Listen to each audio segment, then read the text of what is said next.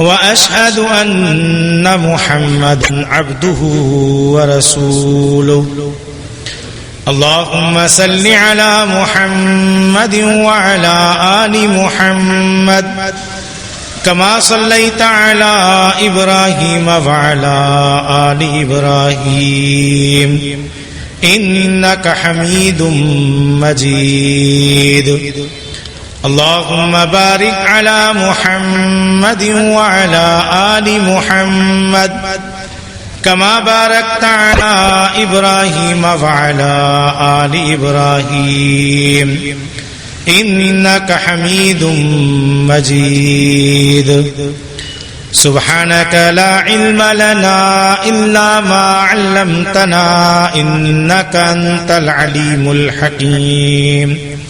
رب اشرح لي صدري ويسر لي أمري واحلل عقدة من لساني يفقهوا قولي اللهم انفعني بما علمتني وعلمني ما ينفعني وزدني علما أما بعد فإن خير الحديث كتاب الله وخير الهدي هدي محمد صلى الله عليه وسلم وشر الأمور محدثاتها وكل محدثة بدعة وكل بدعة ضلالة وكل ضلالة في النار فقال الله سبحانه وتعالى في القرآن المجيد والفرقان الحميد أعوذ بالله السميع العليم من الشيطان الرجيم من همزه ونفخه ونفسه بسم الله الرحمن الرحيم قاف والقرآن المجيد بل عجبوا أن جاءهم منذر منهم فقال الكافرون هذا شيء عجيب أإذا متنا وكنا ترابا ذلك رجع بعيد قد علمنا ما تنقص الأرض منهم وعندنا كتاب حفيظ بل كذبوا بالحق لما جاءهم فهم في أمر مريج أفلم ينظروا إلى السماء فوقهم كيف بنيناها وزيناها وما لها من فروج والأرض مددناها وألقينا فيها رواسي وأنبتنا فيها من كل زوج بهيج تبصرة وذكرى لكل عبد منيب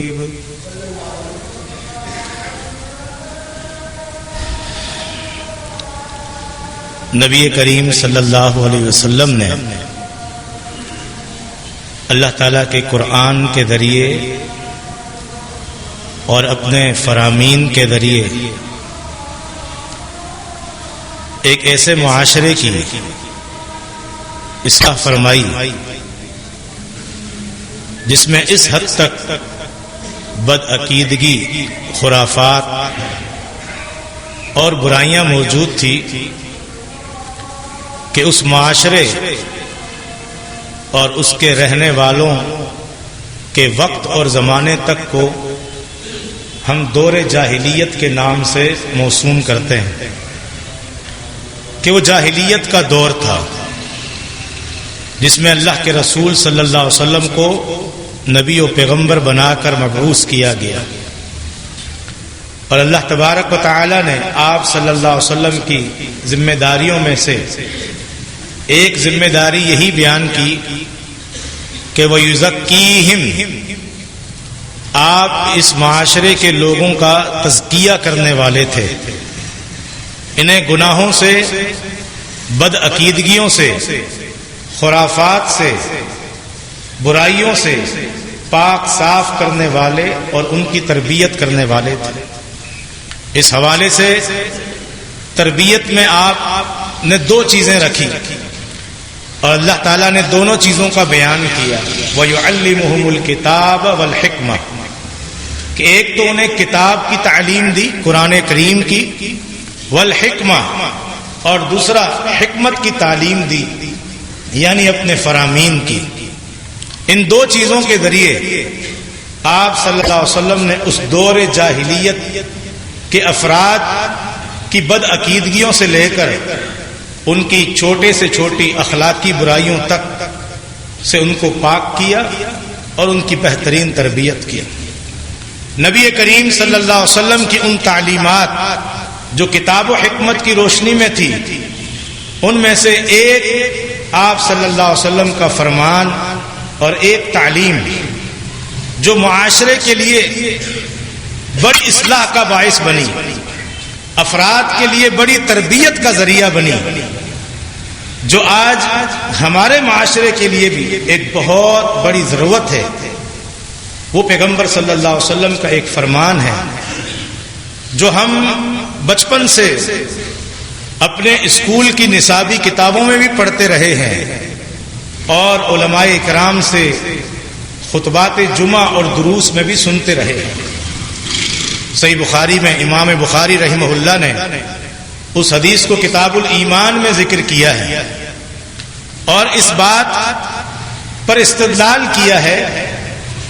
کہ اللہ کے رسول صلی اللہ علیہ وسلم نے اس حدیث میں جو عمل بتایا ہے، اصلاح کا جو ذریعہ بتایا ہے، انہ من الایمان، یہ انسان کے مومن کے ایمان کا حصہ ہے، ایمان میں داخل ہے، اس کے بغیر ایمان کامل نہیں ہو سکتا، اس کے بغیر ایمان ناقص اور ادھورا رہتا ہے، وہ ایسا عظیم عمل ہے۔ سیدنا انس بن مالک رضی اللہ عنہ سے یہ روایت ہے صحیح بخاری کے پہلے ہی کتاب الایمان میں کہ امام الانبیاء محمد الرسول اللہ صلی اللہ علیہ وسلم کا فرمان ہے،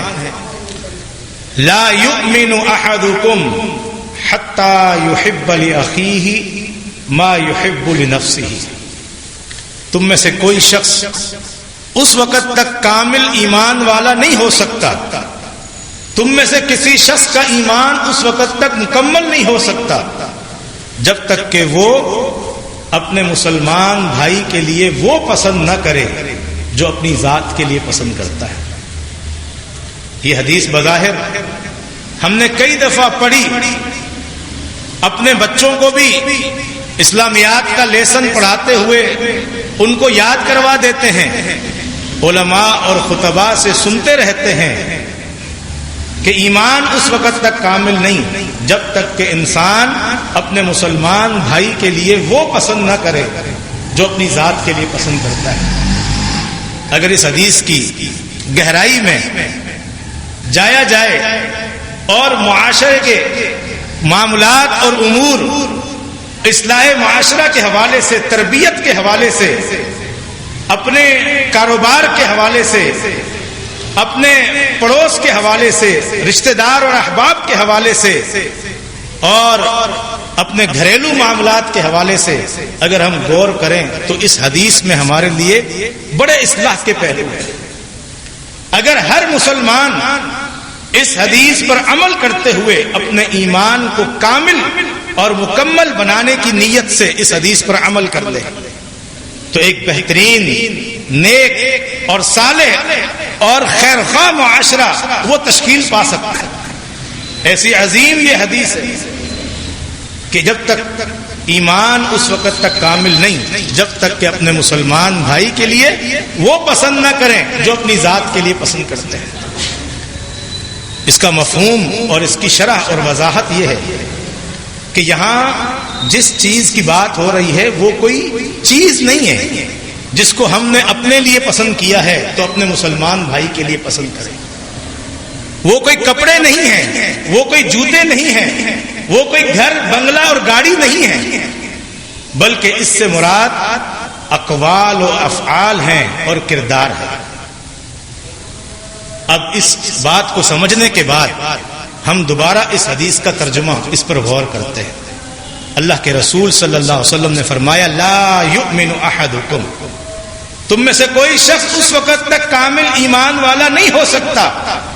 یہاں تک کہ اپنے مسلمان بھائی کے لیے وہ اخلاق، وہ کردار، وہ رویہ، وہ اقوال اور افعال پسند نہ کرے جو اپنی ذات کے لیے پسند کرتا ہے۔ جو اخلاق ہم اپنے لیے پسند کرتے ہیں، جب ہم اپنے مسلمان بھائی کے لیے وہ پسند کریں گے تو وہی اس کے ساتھ اپنائیں گے۔ جو رویہ ہم اپنے ذات کے لیے پسند کرتے ہیں، اگر مسلمان بھائی کے لیے واقعتاً وہ پسند کرتے ہیں تو پھر وہ رویہ اختیار کریں گے۔ جو اقوال اور جو حرکات اور جو سلوک ہم اپنی ذات کے لیے پسند کرتے ہیں، اگر اپنے مسلمان بھائی کے لیے وہ پسند کریں گے تو ہم وہ اختیار کریں گے۔ پورے معاشرے کی اصلاح اس حدیث پر موقوف ہے، معاشرتی اصلاح اس حدیث پر موقوف ہے، اور اس کے بغیر ایمان کامل نہیں ہو سکتا۔ چاہے ہم عقیدے میں کتنے پختہ ہو جائیں، چاہے ہم اتباع سنت کے کتنے دعوے دار بن جائیں، جب تک ہمارا کردار، ہمارا رویہ، ہمارا اخلاق، ہمارے اقوال وہ نہیں دوسرے مسلمان بھائیوں کے ساتھ جو ہم اپنی ذات کے لیے پسند کرتے ہیں۔ یہ حدیث کس قدر اہم ہے، امام نووی رحمہ اللہ نے امام ابو داؤد رحمہ اللہ کا ایک قول اس حدیث کے متعلق نقل کیا۔ وہ فرماتے ہیں کہ امام ابو داؤد رحمہ اللہ، جنہوں نے سنن ابی داؤد جیسی عظیم حدیث کی کتاب لکھی، وہ فرماتے ہیں اس حدیث کے بارے میں کہ انہ من الاحادیث علیہا مدار الاسلام، یہ ان چند احادیث میں سے ایک حدیث ہے جن پر اسلام کا مدار اور اسلام کی عمارت کی بنیاد ہے۔ دین اسلام ایک عمارت، اس کے ساتھ اگر اس کو تشبیہ دی جائے تو پھر اس کی بنیادیں جو ہیں ان میں سمجھ لیں جو احادیث اور آیات ہیں ان میں سے ایک حدیث یہ بھی ہے، لا یؤمن احدکم حتی یحب لاخیہ ما یحب لنفسہ، تم میں سے کوئی شخص اس وقت تک کامل ایماندار نہیں ہو سکتا جب تک اپنے مسلمان بھائی کے لیے وہ سلوک اور رویہ، وہ قول و فعل پسند نہ کرے جو اپنی ذات کے لیے پسند کرتا ہے۔ مسند احمد میں حدیث ہے، نبی کریم صلی اللہ علیہ وسلم نے ایک صحابی سے فرمایا، اتحب الجنہ، اے میرے صحابی کیا تم جنت سے محبت کرتے ہو، جنت میں جانا چاہتے ہو؟ صحابی رسول کہتے ہیں میں نے کہا جی ہاں، جنت سے محبت کرتا ہوں، جنت میں جانا چاہتا ہوں۔ آپ صلی اللہ علیہ وسلم نے فرمایا فَأَحِبَّ لِنَفْسِكَ مَا تُحِبُّ لِنَفْسِكَ، پھر جان لو اپنے مسلمان بھائی کے لیے وہ اخلاق، وہ رویہ، وہ کردار، وہ سلوک پسند کرو جو اپنی ذات کے لیے پسند کرتے ہو اگر جنت میں جانا چاہتے ہو۔ اگر تمہیں جنت سے محبت ہے، اگر تم جنت کو اپنے لیے پسند کرتے ہو تو پھر اپنے مسلمان بھائی کے لیے وہ رویہ اور سلوک پسند کرو جو اپنی ذات کے لیے پسند کرتے ہو۔ صحیح مسلم کی حدیث ہے، امام الانبیاء محمد الرسول اللہ صلی اللہ علیہ وسلم کا فرمان، آپ نے فرمایا فمن احب ان یزحزح عن النار ویدخل الجنہ، جو بندہ یہ چاہتا ہے کہ روز قیامت جہنم کی آگ سے اسے محفوظ کر لیا جائے اور جنت کا داخلہ اسے دے دیا جائے، آپ نے فرمایا کہ اپنی موت تک اس کو چاہیے کہ دو کام کر لے، اپنی موت تک دو کام کرتا رہے مسلسل۔ نمبر ایک، وہو یؤمن باللہ والیوم الآخر فلتأت منیتہ وہو یؤمن باللہ والیوم الآخر، موت آنے تک اللہ کی ذات پر اور یوم آخرت پر پکا ایمان رکھے، یہ ایک کام ہے۔ دوسرا کام، اللہ کے رسول صلی اللہ علیہ وسلم نے فرمایا اگر جہنم سے بچنا چاہتا ہے اور جنت کا داخلہ چاہتا ہے تو پھر دوسرا کام یہ ہے وَلْيَأْتِ إِلَى النَّاسِ الَّذِي يُحِبُّ أَن يُؤْتَى إِلَيْهِ، لوگوں کے ساتھ وہ سلوک اختیار کرے، وہ رویہ اختیار کرے، وہ طرز عمل اختیار کرے، وہ بات کہے، وہ حرکت اور وہ فعل اختیار کرے جو اپنی ذات کے لیے اختیار کیا جانا پسند کرتا ہے۔ اب اس حدیث کی روشنی میں ہم اپنے معاشرے میں دیکھیں آج ہم اپنی ذات کے لیے کیا پسند کرتے ہیں۔ ہم چاہتے ہیں کہ اگر کوئی ہم سے بات کرے تو بڑے نرم لہجے سے بات کرے، کوئی ہمیں پکارے تو بڑے اچھے نام سے پکارے. کوئی ہم سے گفتگو کرے, ہم سے کوئی بات کرے تو اخلاق اور آداب کے ساتھ بات کرے. کوئی اگر ہمارے ساتھ معاملہ کرے تو بالکل وہ معاملہ فراڈ سے, دھوکے سے پاک ہونا چاہیے. کوئی ہم سے بات کہے تو سچ بولے, کوئی ہم سے جھوٹ نہ بولے, کوئی ہماری غیبت نہ کرے, کوئی ہم پر الزام تراشی نہ کرے, کوئی تہمت نہ لگائے, کوئی میرے پیٹھ پیچھے میری غیبت نہ کرے, کوئی میرے ساتھ بدخواہی نہ کرے, کوئی مجھ پر, میرے اہل خانہ پر بری نظر نہ رکھے, اپنی حاسد نگاہوں کو ہم پر نہ ڈالے. یہ سارے معاملات اور امور میں اپنی ذات کے لیے پسند کرتا ہوں. یہ ابتدائی طور پر ہے. اب مجھے کیا چاہیے کہ جو کچھ میں اپنی ذات کے لیے پسند کرتا ہوں اپنے مسلمان بھائیوں کے لیے بھی وہی پسند کروں اور وہی اختیار کروں. کسی مسلمان بھائی سے, وہ چاہے امیر ہو یا غریب ہو, وہ بڑا ہو یا چھوٹا ہو, اسے نرم گفتگو, نرم لہجہ, اخلاق کے ساتھ, عزت کے ساتھ معاملات کرنا, بات کرنا, گفتگو کرنا, اخلاق عالیہ کو اختیار کرنا. ان تمام معاملات میں جب میں اپنے لیے پسند کرتا ہوں تو اپنے مسلمان بھائی کے لیے پسند, اپنے لیے چاہتا ہوں کہ کوئی مجھ سے دھوکہ نہ کرے, جھوٹ نہ بولے. تو پھر اپنے مسلمان بھائی کے لیے بھی یہ پسند کرتے ہوئے کبھی کسی مسلمان بھائی سے جھوٹ نہ بولوں, کبھی کسی مسلمان بھائی کو دھوکہ نہ دوں. اپنے لیے یہ پسند کرتا ہوں کہ کوئی میرے اہل خانہ پر, میرے مال پر, میری جان پر, میرے گھر پر بری نظر نہ رکھے.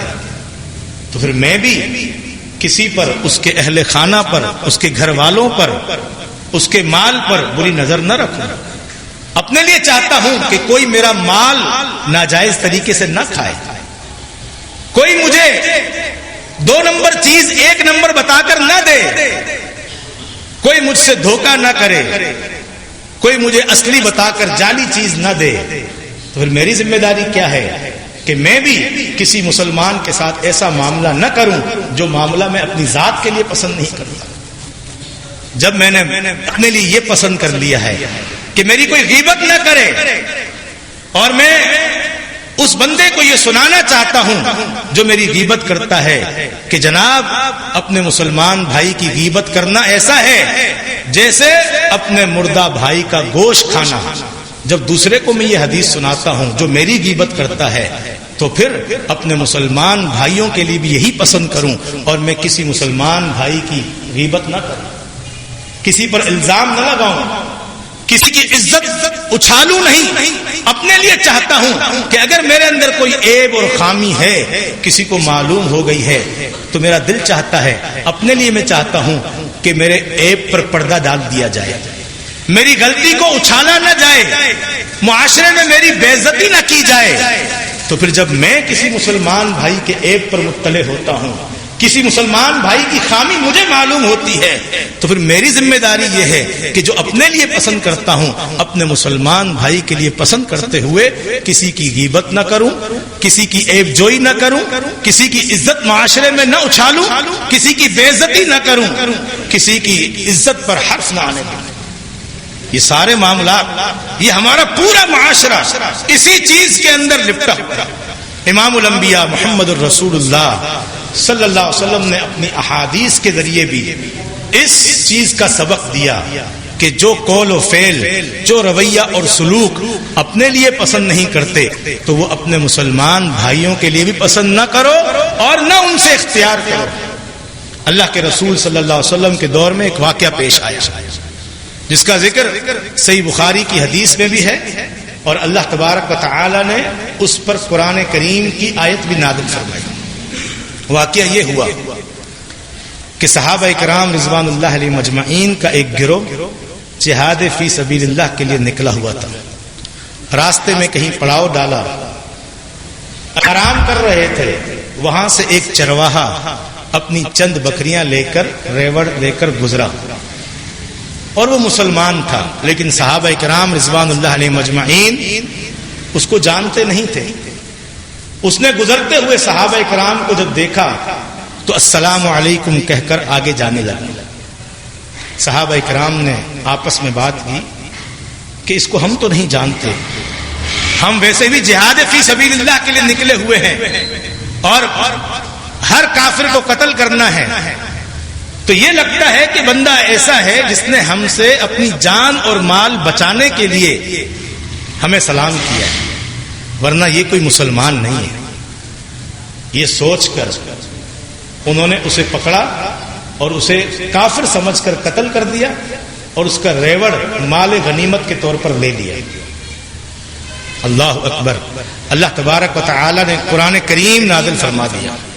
فرمایا یا ایھا الذین آمنوا اذا ضربتم فی سبیل اللہ فتبینوا، اے اہل ایمان جب اللہ کی راہ میں جہادی سفر کے لیے نکلو فتبینوا تو تحقیق کر لیا کرو، ولا تقولوا لمن القى الیکم السلام لست مؤمنا، ایسے نہ کرو کہ کوئی تمہیں سلام کہے تو تم اسے کہو کہ تو مومن نہیں بلکہ اپنی جان بچانے کے لیے سلام کر رہا ہے۔ تبتغون عرض الحیات الدنیا، تم دنیا کا ساز و سامان چاہتے ہو کیا؟ یہ غنیمت کا مال چاہتے ہو؟ فعند اللہ مغانم کثیرہ، اللہ تعالیٰ کے پاس تو اور بھی بہت غنیمتیں ہیں تمہارے لیے، اور مواقع میسر آ جائیں گے اور مال غنیمت اللہ تعالیٰ عطا کر دے گا۔ پھر اللہ تبارک و تعالیٰ نے یہاں پر اسی بات کا سبق دیا اور صحابہ اکرام کو اسی طرز عمل اور اسی انداز میں تنبیہ فرمائی کہ جو اپنے لیے پسند نہیں کرتے تو یہ بدگمانی اپنے اس مسلمان بھائی کے لیے تم نے کیسے پسند کی؟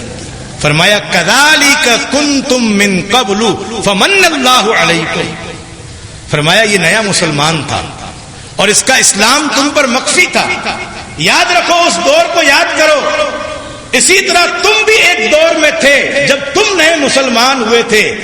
اور تمہارے اسلام کی زیادہ لوگوں کو خبر نہ تھی۔ فمن اللہ علیکم، لیکن اللہ نے تم پر احسان کر دیا، اللہ نے تم پر احسان کر دیا کہ تمہارا اسلام لوگوں کے سامنے اللہ نے واضح کر دیا اور تمہیں کسی نے قتل نہیں کیا، تمہارے مال کو کسی نے مال غنیمت سمجھ کر نہیں چھینا۔ فتبینوا، لہذا یاد رکھو، آئندہ تحقیق کر لیا کرو، پوچھ لیا کرو، تحقیق کر لیا کرو، آئندہ ایسا کام نہیں کرنا۔ جو چیز، جو بدگمانی جو تم نے اس کے بارے میں رکھی، حالانکہ وہ بدگمانی اپنے لیے تم پسند نہیں کرتی۔ آج ہمارے معاشرے میں یہی ہے، کسی کی کسی حرکت سے، کسی مسلمان کی کسی بات سے، کسی انداز سے ہم ایک سوچ بنا لیتے ہیں اور شیطان کے تعاون سے اپنے دل و دماغ کے اندر ایک بدگمانی کی عمارت کھڑی کر دیتے ہیں، پھر اس پر کولا باری کرتے رہتے ہیں، ہاں یہ ایسا ہوگا، یہ ایسا کرتا ہوگا، یہ وہاں جاتا ہوگا، یہ حرام کھاتا ہوگا، اس نے گاڑی کہاں سے خریدی ہوگی، یہ بنگلہ اس نے کہاں سے بنوایا ہوگا، یہ معاملہ اس نے کیسے کیا ہوگا، ضرور کچھ نہ کچھ اس نے کیا ہوگا۔ کسی کے انداز سے، کسی کے چلنے پھرنے سے، کسی کے بولنے سے، کسی کی کسی بات سے مفہوم اخذ کر لینا اور پھر اپنے دل و دماغ کے اندر ایک بہت بڑی بدگمانی کی عمارت کھڑی کر دینا۔ آج ہمارے معاشرے میں یہ عام ہے، خاندانی معاملات دیکھ لیں، گھریلو معاملات دیکھ لیں، ناچاکیاں دیکھ لیں، اختلافات دیکھ لیں، دوستوں کے معاملات دیکھ لیں، پڑوسیوں کے معاملات دیکھ لیں، ایک بہت بڑی وجہ ان دشمنیوں کے کھڑے ہونے کی اور اختلافات اور لڑائیوں کی ایک بہت بڑی وجہ یہ بدگمانی ہے، جس کا کوئی سر پیر ہوتا ہی نہیں، کچھ بھی نہیں ہوتا، بس ایک شیطان کا وسوسہ اور خیال ہوتا ہے جس کو ہم اپنے دل و جاں میں بڑے عزت کے ساتھ جگہ دیتے ہیں اور اس کو بڑے اچھے طریقے سے محفوظ رکھتے ہیں، کسی مسلمان کے بارے میں بدگمانی نہیں کرتے۔ اور قرآن کریم نے فرمایا یا ایھا الذین آمنوا اجتنبوا کثیرا من الظن ان بعض الظن اثم، اے اہل ایمان یہ گمان کرنے لوگوں کے متعلق سوچوں کے سے ان سے بچو، کیونکہ بعض گمان بہت بڑا گناہ بن جاتے ہیں، بہت بڑے گناہوں کا نتیجہ بہت بڑے گناہوں کے ذریعے نکلتا ہے ان گمانوں کا، اس لیے ان گمان کرنے سے بچو۔ مسلمانوں کے متعلق بدگمانیاں نبی کریم صلی اللہ علیہ وسلم کے زمانے میں اور جاہلیت میں ایک بری عادت تھی، اس کے بارے میں بھی آپ صلی اللہ علیہ وسلم نے اسی انداز کے ساتھ تنبیہ فرمائی صحابہ کرام رضوان اللہ علیہم اجمعین۔ آج ہمارے دیہاتوں میں بھی اس طرح ہے، جب دیکھتے ہیں کسی کا کوئی جانور، بکری، گائے، بھینس کھڑی ہے اور مالک موجود نہیں ہے، اب ہمیں تھوڑا سا دودھ چاہیے، تو ایک دوسرے سے کہتے ہیں کہ یار یہ بکری کھڑی ہے، اس کا دودھ نکال لو، یہ گائے کھڑی ہے، اس کا دودھ نکال لو، چائے بنا لیتے ہیں، بعد میں اس کو بتا دیں گے۔ یہ چیز عام ہے، بغیر اطلاع کے کسی مسلمان کے سامان اور اس کے مال کو استعمال کرنا بغیر اس کو اطلاع کیا۔ حالانکہ یہی طرز عمل اگر ہمارے ساتھ کوئی اختیار کرے، ہماری کوئی چیز، ہمارا مال موجود ہو اور ہماری غیر موجودگی میں بغیر اطلاع دیے، بغیر اجازت لیے کوئی استعمال کر لے، تو ہم اس کے لیے بہت غصہ ہوتے ہیں اور بہت ناراض ہوتے ہیں۔ صحابہ کرام رضوان اللہ علیہم اجمعین سے اللہ کے رسول صلی اللہ علیہ وسلم نے فرمایا، صحیح بخاری کی حدیث ہے، آپ نے فرمایا لا يحلبن احد ماشية امرئ بغیر اذنہ، فرمایا تم میں سے کوئی بھی کسی مسلمان کے چوپائے جانور کا دودھ نہ دوئے اس مالک کی اجازت کے بغیر۔ پھر آپ صلی اللہ علیہ وسلم نے اسی انداز میں سمجھایا، فرمایا یہ جو جانور رکھنے والے احباب ہیں، جن کا کام ہی یہی ہے، مال مویشی اور ان کا دودھ، اور یہی ان کا کاروبار، یہی ان کے ذریعہ معاش ہے، فرمایا ان لوگوں کے ساتھ یہ رویہ آپ کا نہیں ہونا چاہیے۔ فرمایا کیا تم یہ پسند کرتے ہو کہ تمہارے گھر کے بالا خانے میں اوپر جو تم نے اسٹور بنائے ہوئے ہیں، جن میں تم اناج اپنا سال بھر کا رکھتے ہو، کیا تم یہ پسند کرتے ہو کہ تمہاری غیر موجودگی میں اوپر تمہارے گھر کے بالا خانے میں کوئی چڑھ جائے اور اس دروازے کا تالا توڑ دے اور دروازہ کھول کر تمہارے اناج کو نکال کر استعمال کر لے؟ کیا تم یہ سلوک اور رویہ اپنی ذات کے لیے پسند کرتے ہو؟ صحابہ کرام نے کہا نہیں اللہ کے رسول، ہم پسند نہیں کرتے۔ فرمایا یہی معاملہ ہے اپنے ان مسلمان بھائیوں کا جو مال مویشی رکھنے والے ہیں، ان کے ساتھ ایسا سلوک آئندہ ہرگز نہ کریں۔ کوئی بھی کسی مسلمان کے جانور کا دودھ بغیر اس کی اجازت کے نہ دوئے۔ حالانکہ دیہاتی ماحول کے اندر اس چیز کو اتنا بڑا کوئی معاملہ نہیں سمجھا جاتا، تھوڑا سا دودھ نکال لیا ایک جانور کا، کوئی اتنا بڑا ایشو نہیں سمجھا جاتا، لیکن اس پر بھی اللہ کے رسول صلی اللہ علیہ وسلم نے اسی انداز سے تنبیہ فرمائی۔ ایک اور شریعت کا سبق دیکھیں، قرآن کریم کے آخری پارے کی سورہ مطففین ہے، اللہ تبارک و تعالی نے ارشاد فرمایا بسم اللہ الرحمن الرحیم ویل للمطففین، فرمایا ہلاکت اور بربادی ہو ان لوگوں کے لیے جو ڈنڈی مارنے والے ہیں، بے ایمانی کرنے والے ہیں۔ الذین اذا اکتالوا علی الناس یستوفون، فرمایا یہ وہ لوگ ہیں جب لوگوں سے کچھ ناپ تول کر وزن کر کے لیتے ہیں، یستوفون تو اپنا حق پورا کا پورا وصول کرتے ہیں۔ وَإِذَا كَالُوهُمْ أَوْ وَزَنُوهُمْ يُخْسِرُونَ، لیکن جب دوسرے کو یہی لوگ ناپ تول کر کچھ دیتے ہیں تو اس میں کمی کرتے ہیں۔ یعنی اپنے لیے کیا پسند کیا کہ پورا پورا میرا حق دو، اگر میں نے 1 کلو کے پیسے دیے ہیں تو میں چاہتا ہوں کہ 1000 گرام سے 5-10 گرام مجھے زیادہ دیا جائے۔ لیکن جب میں ہی اس دکانداری تاجر کی سیٹ پر جب میں بیٹھتا ہوں اپنی دکان پر، تو میں چاہتا ہوں کہ 1, 2, 5, 10 گرام میں کم دوں۔ اللہ فرماتے ہیں الا یظن اولئک انہم مبعوثون لیوم عظیم، کیا ان لوگوں کو یقین نہیں کہ اس عظیم دن کے لیے ان کو اٹھایا جائے گا قبروں سے؟ یوم یقوم الناس لرب العالمین، جس دن تمام انسانیت رب العالمین کے سامنے کھڑی ہوگی، وہاں انہیں پیش ہو کر حساب دینا پڑے گا۔ انہیں اس یوم آخرت پر یقین نہیں کہ اپنے لیے کچھ اور معیار ہے اور اپنے مسلمان بھائیوں کے لیے کچھ اور معیار ہے۔ ہمارے کاروباری حضرات، ہمارے مسلمان تاجر، ان کا معاملہ بڑا ہی اس حوالے سے افسوس والا ہے، کوئی ناپ تول کے حوالے سے، کوئی جھوٹ اور دوسرے کو دھوکہ دینے کے حوالے سے۔ کتنا مارکیٹ کے اندر عام معاملہ ہے. بس یہ پتا چل جائے کہ یہ جو سامنے والا کسٹمر آیا ہے میرا مسلمان بھائی، یہ بیچارہ ناواقف ہے، یہ پہلی مرتبہ یہ پروڈکٹ پہلی مرتبہ لینے کے لیے آیا ہے. وہ بیچارہ آ کر پوچھتا ہے کہ مجھے اچھی چیز دکھاؤ، مجھے جینین چیز دکھاؤ، مجھے ایک نمبر چیز دکھاؤ. اب پھر ہمارے ہاتھ میں اس کا کھیل ہوتا ہے سارا کہ ہم اس کو 2 نمبر والی چیز 1 نمبر کہہ کر، جھوٹی تعریفیں کر کر، اس پروڈکٹ کی جھوٹی تعریف اس لیے کر کر کہ اس کمپنی سے مجھے زیادہ منافع ہو رہا ہے، اگر دوسری کمپنی کی دوں گا تو اس میں کمیشن میرا کم ہے، اس لیے اس چیز کو میں پروموٹ کرتا ہوں اور وہ چیز اس کو پیش کرتا ہوں کہ یہ لے جاؤ، یہ بڑی پیاری چیز ہے. یہ کیا ہے؟ اس کا احساس اس وقت ہوتا ہے جب سامنے ہم ہوں اور ہمارے ساتھ یہ سلوک کیا جائے. جب ہم ایک کسٹمر بن کر کسی دکان پر جاتے ہیں، کسی حاجی صاحب کی دکان پر، کسی سیٹ صاحب کی دکان پر کہ بھائی جان ہمیں 1 نمبر چیز دکھا، اور ہمارے ساتھ جب یہ معاملہ کر دیا جائے اور ہمیں گھر جا کر معلوم ہو، 2-4 دن کے بعد استعمال کر کے چیز کا معاملہ معلوم ہو، کسی دوست کے ذریعے پتا چل جائے کہ بھائی یہ تو 2 نمبر چیز لے کر آ گیا، پھر ہماری زبان ہوتی ہے کیا، ہمارے زبان پر گالیاں ہوتی ہیں، اس کے لیے برے الفاظ ہوتے ہیں. کبھی یہ نہیں سوچا کہ سارا دن ساری زندگی یہی کھیل مسلمانوں کے ساتھ میں بیٹھ کر کھیلتا ہوں، مجھے لوگ کتنی گالیاں دیتے ہوں گے. اپنے لیے یہ پسند کرتے ہیں کہ میرے ساتھ دکاندار خیرخواہی کرے، میرے ساتھ خیرخواہی کرے، مجھے ناواقفیت ہے، مجھے پتہ نہیں تو مجھے اچھی چیز نکال کر دے، مجھے 1 نمبر چیز نکال کر دے. لیکن جب ہم خود یہ معاملہ کرتے ہیں تو ڈنڈی مارتے.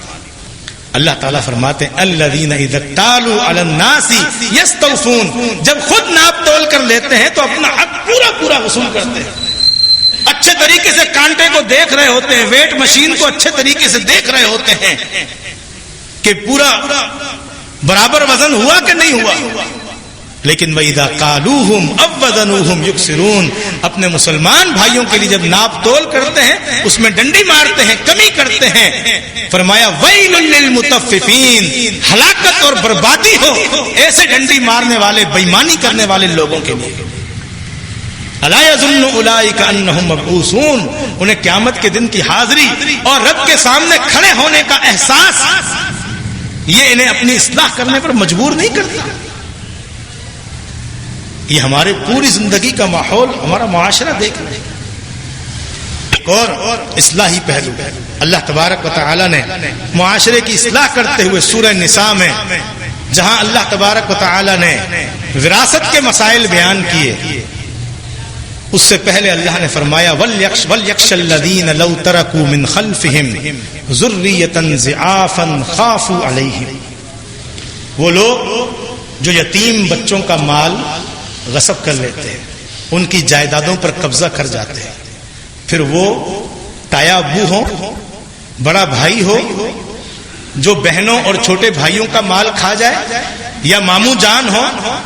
کوئی بھی بن کر ولی اور سرپرست بن کر خیر خواہ بن کر اٹھتا ہے اور ان یتیم بچوں کے والد کی وفات کے بعد مال کو ہتھیا لیتا ہے، قبضہ کر لیتا ہے. اللہ تبارک و تعالی نے سزا تو بیان فرمائی کہ ان الذين ياكلون اموال اليتامى ظلما انما ياكلون في بطونهم نارا، جو ظلماً یتیموں کا مال کھاتے ہیں یہ سمجھ لیں کہ اپنے پیٹوں میں آگ بھر رہے ہیں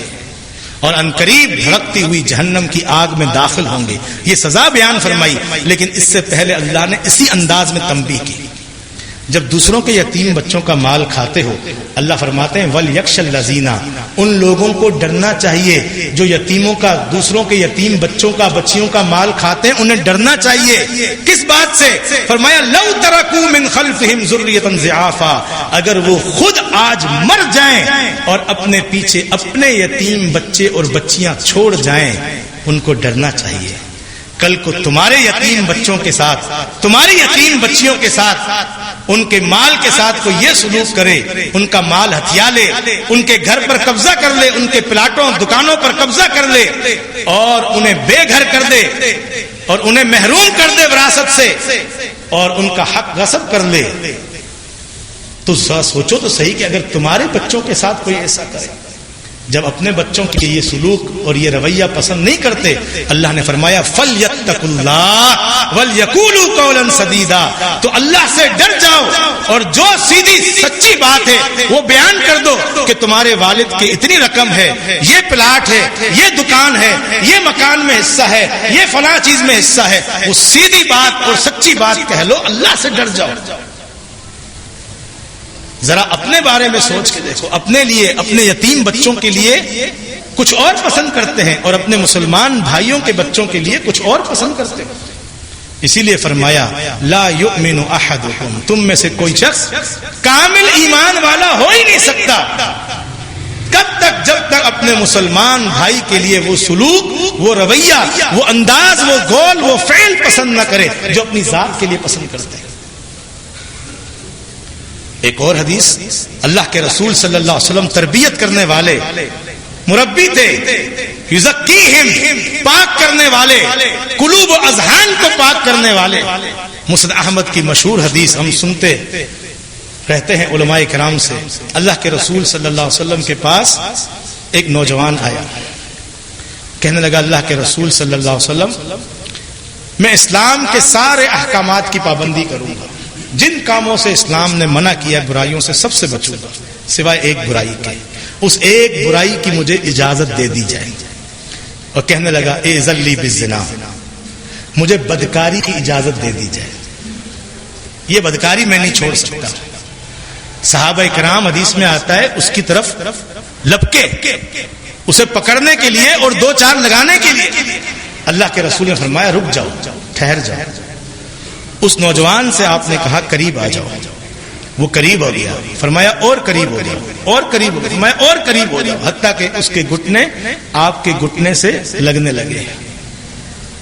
آپ نے اس سے چند سوالات کیے، وہی سوال جو اس حدیث میں سبق دیا گیا ہے۔ فرمایا جو بدکاری جس کی تم اجازت چاہ رہے ہو، کیا یہ بدکاری تم اپنی ماں کے لیے پسند کرتے ہو؟ اس نے کہا یا رسول اللہ میرے ماں باپ آپ پہ قربان جائیں، قطعاً نہیں۔ کہا اپنی بہن کے لیے؟ کہا قطعاً نہیں۔ کہا اپنی بیٹی کے لیے؟ قطعاً نہیں۔ اپنی بیوی کے لیے؟ نہیں۔ اپنی خالہ اور پھوپھی کے لیے؟ کہا نہیں۔ پھر آپ صلی اللہ علیہ وسلم نے فرمایا جس کے ساتھ تم بدکاری کرو گے وہ بھی کسی کی ماں ہوگی، کسی کی بیٹی ہوگی، کسی کی بہن ہوگی، کسی کی خالہ اور پھوپھی ہوگی، کسی کی بیوی ہوگی۔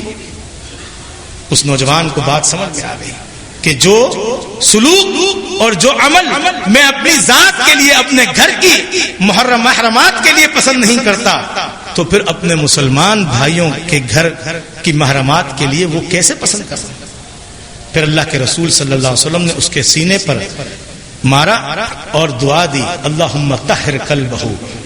اے اللہ اس کے دل کو پاک کر دے، وحسن فرجہ، اور اس کے کردار کو پاک کر دے۔ اللہ کے پیغمبر صلی اللہ علیہ وسلم نے اس کو دعا دے دی۔ راوی حدیث کہتے ہیں اس نوجوان کو اس کے بعد دیکھا گیا روڈوں پر، بازاروں میں چلتے ہوئے سیدھا نظریں جھکا کر چلتا تھا، کبھی دائیں بائیں دیکھتا بھی نہیں تھا کہ کون گزر رہا ہے میرے ساتھ۔ اس قدر پیغمبر کی دعا کی وجہ سے وہ پاکیزہ کردار والا بن گیا۔ اس حدیث میں جہاں ہمارے لیے یہ سبق ہے کہ ہم جو اپنے لیے پسند کریں اپنے مسلمان بھائیوں کے لیے پسند کریں، وہاں آج بڑے درد دل کے ساتھ اس ہمارے معاشرے کی بہت بڑی ایک جو ہے بیماری اور برائی اس کی طرف نشان ہے، خاص طور پہ ہمارا نوجوان طبقہ۔ اللہ تبارک و تعالی نے ایک پاکیزہ چیز نکاح رکھا ہے۔ نکاح اور شادی مرد ہو یا عورت ان کے لیے ایسے ہے جیسے کھانا اور پینا ضرورت ہے، اور گھر کے سرپرستوں کو چاہیے کہ اپنے بچوں کے بالغ ہونے کے بعد جلد یہ فریضہ ادا کر دیں،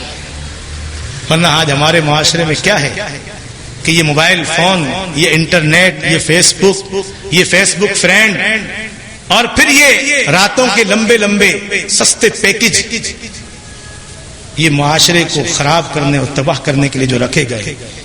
ہر نوجوان یہی کہتا اپنے دوستوں کے ساتھ خوش ہوتا ہوا سنائی دیتا ہے کہ تیری بھابھی کے ساتھ رات بات کر رہا تھا، حالانکہ وہ بھابھی نہیں تھی، وہ کسی کی عزت تھی، وہ کسی کی بیٹی تھی، کسی کی بہن تھی، رات 3 گھنٹے باتیں کی ہم نے، 2-4 اور بھی ہیں ان سے بھی باتیں کرتا ہوں میں، اتنی پھنسائی ہوئی ہے تیرے بھائی نے. یہ آج جملے سننے کو ملتے ہیں.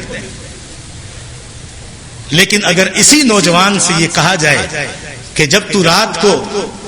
کمبل کے اندر کسی سے باتیں کر رہا تھا، کسی مسلمان کی عزت کے ساتھ، اس کی بچی کے ساتھ تو کھیل رہا تھا اور اپنا تو نے دلچسپی کا سامان بنایا ہوا تھا، اپنے قلوب اذہان کو سکون کا سامان بنایا ہوا تھا، این اسی وقت برابر والے کمرے میں تیری نوجوان بہن کے ساتھ بھی کوئی لڑکا بات کر رہا تھا. اگر اسے یہ بتایا جائے تو اس کا کیا ری ایکشن ہوگا، پھر اس کے کیا جذبات ہوں گے. اس بات کو سنتے ہی ہمارا نوجوان اس قدر غیرت میں آ جاتا ہے کہ وہ مارنے کے لیے، مرنے کے لیے تیار ہو جاتا ہے کہ قتل کر دوں گا، کون ہے یہ، میں مار دوں گا، یہ کر دوں گا، وہ کر دوں گا.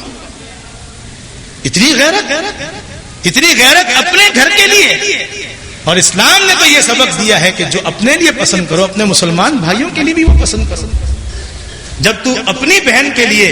اپنی بیٹی کے لیے، اپنے گھر کی محرمات کے لیے یہ چیز پسند نہیں کرتا تو پھر اپنے مسلمان بھائیوں کے لیے یہ معاملات کیوں پسند کرتا ہے؟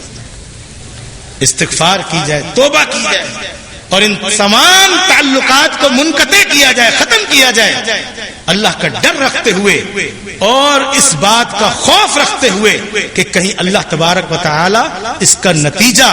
ہمیں الٹا اپنے محرمات کے اندر دکھا نہ دے. کہیں ایسا نہ ہو ہماری گھر کی عورتیں بھی، ان سے بھی کوئی کانٹیکٹ کرنے والا ہو اور ان سے بھی کوئی بات کرنے والا ہو، پیکجوں پر لمبی لمبی دیر رات کو گھنٹوں کے گھنٹوں ان سے بھی بات کرنے والا کوئی ہو. کیا معاملہ بن گیا. یہ اللہ کے رسول صلی اللہ علیہ وسلم کی حدیث ہے جو ہمیں سبق دیتی ہے، لا یؤمن احدکم حتی یحب لاخیہ ما یحب لنفسہ. ایمان کامل نہیں ہو سکتا. تم سمجھ رہے ہو کہ میں توحید پرست ہوں، میں اتباع سنت کا دعوے دار ہوں، میں پاؤں سے پاؤں ملا کر اونچی آواز میں آمین کہنے والا ہوں، اور راتیں یہ ہیں میری، اس قدر ناپاک راتیں، اس قدر پلیت راتیں، اس قدر گری ہوئی راتیں اور گھٹیا قسم کی حرکتوں والی راتیں، تو پھر یہ توحید و سنت پھر بچا نہیں سکے گی.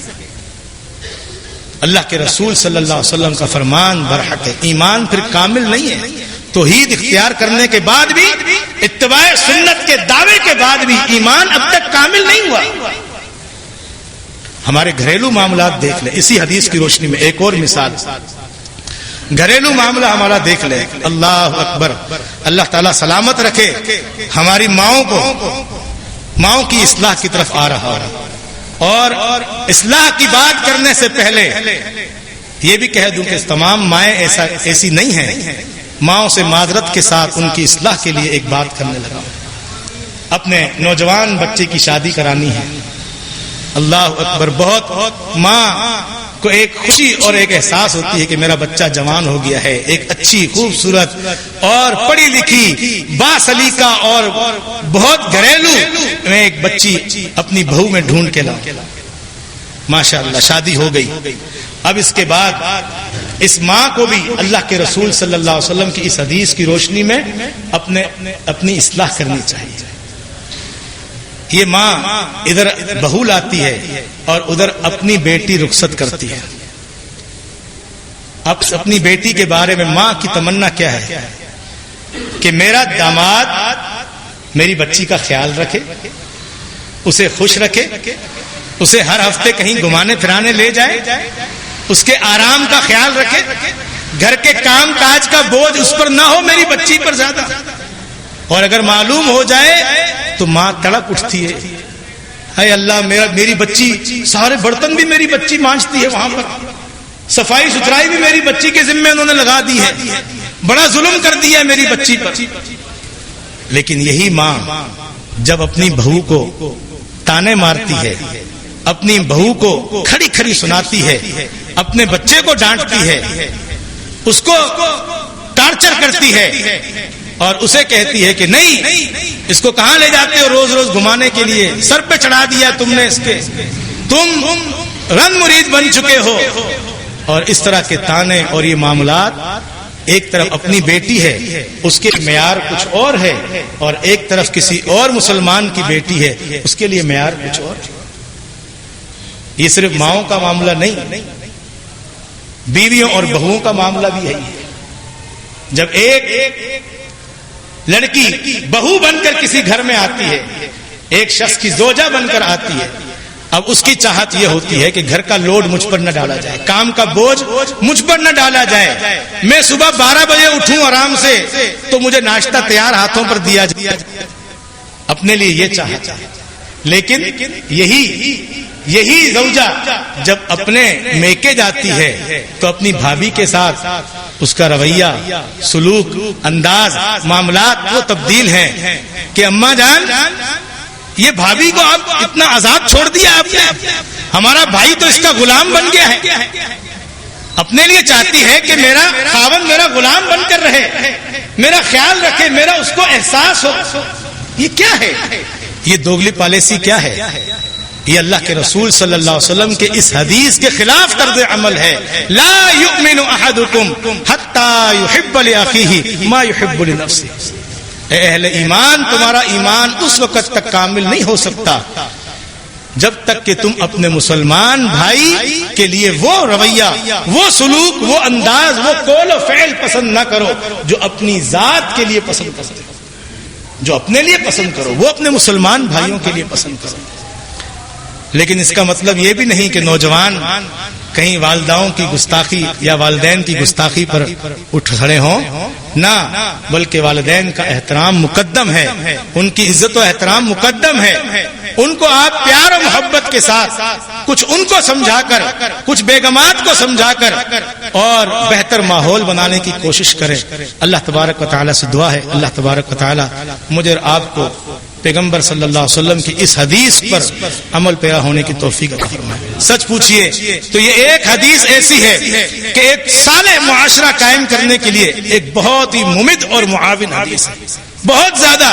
کہ اگر معاشرے کا ہر فرد اپنی ذمہ داری اور اپنے معاملات میں اگر اس حدیث پر عمل پیرا ہو جائے اور اس حدیث کو اپنا لے تو پھر ایک بہترین صالح معاشرہ قائم ہو جائے. حتیٰ کہ قرآن کریم نے خرچ کرنے والوں کو بھی اس چیز کے بارے میں اسی انداز سے تنبیہ فرمایا اللہ کی راہ میں جب خرچ کرتے ہو، قرآن کہتا ہے وَلَا تَيَمَّمُوا الْخَبِيثَ مِنْهُ تُنْفِقُونَ. اپنے مالوں میں سے ردی، بیکار اور گھٹیا چیز اللہ کی راہ میں کسی غریب اور فقیر کو نہ دیا کرو. جو پرانی ہو گئی، جو بیکار ہو گئی، جو کپڑے میرے استعمال کے قابل نہیں رہے، پھٹ گئے، بیکار ہو گئے، ردی ہو گئے، جو بستر اب مجھے استعمال کرتے ہوئے چڑ ہوتی ہے، چلو یہ فقیر کو دے دو، یہ غریب مسلمان کو دے دو. فرمایا وَلَا تَيَمَّمُوا الْخَبِيثَ مِنْهُ تُنْفِقُونَ. ایسی ردی چیزوں کو خرچ کرنے کا اللہ کی راہ میں ارادہ نہ کرو کہ وَلَسْتُمْ بِآخِذِيهِ، کہ جس کو اگر تمہیں دیا جائے تو تم اسے نہیں لوگے. اپنے لیے، اپنی ذات کے لیے اگر تمہیں کوئی گفٹ کے طور پر وہی پرانا جوڑا، وہی پرانے جوتے، وہی پرانی جیکٹ، وہ پرانی ٹوپی اور یہ چیز اگر کوئی تمہیں دے تو تم اپنے لیے وہ پسند نہیں کرو گے. اور اپنے مسلمان بھائیوں کے لیے، بھلے وہ غریب ہیں، فقیر ہیں، اللہ کے نام پر مانگ رہے ہیں، قرآن کہتا ہے لا تیمموا الخبیث منہ تنفقون. جو اپنے لیے پسند نہیں کرتے وہ اللہ کی راہ میں بھی مت دو. تو اللہ تعالیٰ سے دعا ہے اللہ تعالیٰ مجھے اور آپ کو عمل کی توفیق عطا فرمائے. ہمارے